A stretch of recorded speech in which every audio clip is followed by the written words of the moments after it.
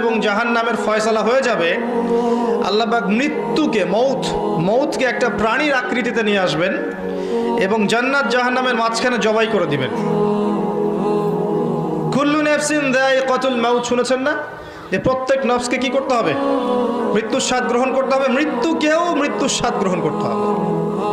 চিন্তা করতে পারেন, মৌত এটাকে আল্লাহ পাক একটা প্রাণীর আকৃতিতে নিয়ে আসবেন জান্নাত জাহান্নামের মাঝখানে। যখন জান্নাতীদের ফয়সালা হয়ে যাবে, জাহান্নামীদেরও ফয়সালা হয়ে যাবে। এবার সেই প্রাণীকে জবাই করে দেওয়া হবে আর বলা হবে আজকের পর জান্নাতীরাও কখনো মরবে না, জাহান্নামীরাও কখনো মরবে না। এই কথা শুনে জান্নাতীদের আনন্দ আরো বেড়ে যাবে, কারণ এই জীবনে আর কোনো মৃত্যু নাই। আর এই কথা শোনার সাথে সাথে জাহান্নামীদের আফসোসও আরো বেড়ে যাবে, হায় যদি মৌত থাকতো হয়তো আযাব নিতে নিতে মরে যেতাম। এখন আর সেই সৌভাগ্যটা হবে না। সুম্মা লা ইয়ামুতু ফিহা ওয়া লা ইয়াহয়া, জাহান্নামে তারা বাঁচবেও না মরবেও না। আল্লাহ পাকের সমীকরণ খুব সহজ। যদি পৃথিবীতে আমরা আল্লাহ এবং তার রাসূলের আনুগত্য করি, ইনশাআল্লাহ তাআলা সেই জান্নাতে ফিরে যাব যেখান থেকে এখানে এসেছি।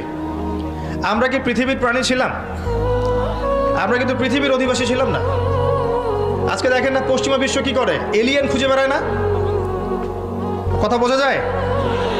পশ্চিমা বিশ্ব কি করে? এলিয়েন খোঁজে না। তারা নিজেরা জানেই না যে আমরা এই পৃথিবীতে এসেছি জান্নাত থেকে। আমরা নিজেরাই তো এই পৃথিবীর বাসিন্দা।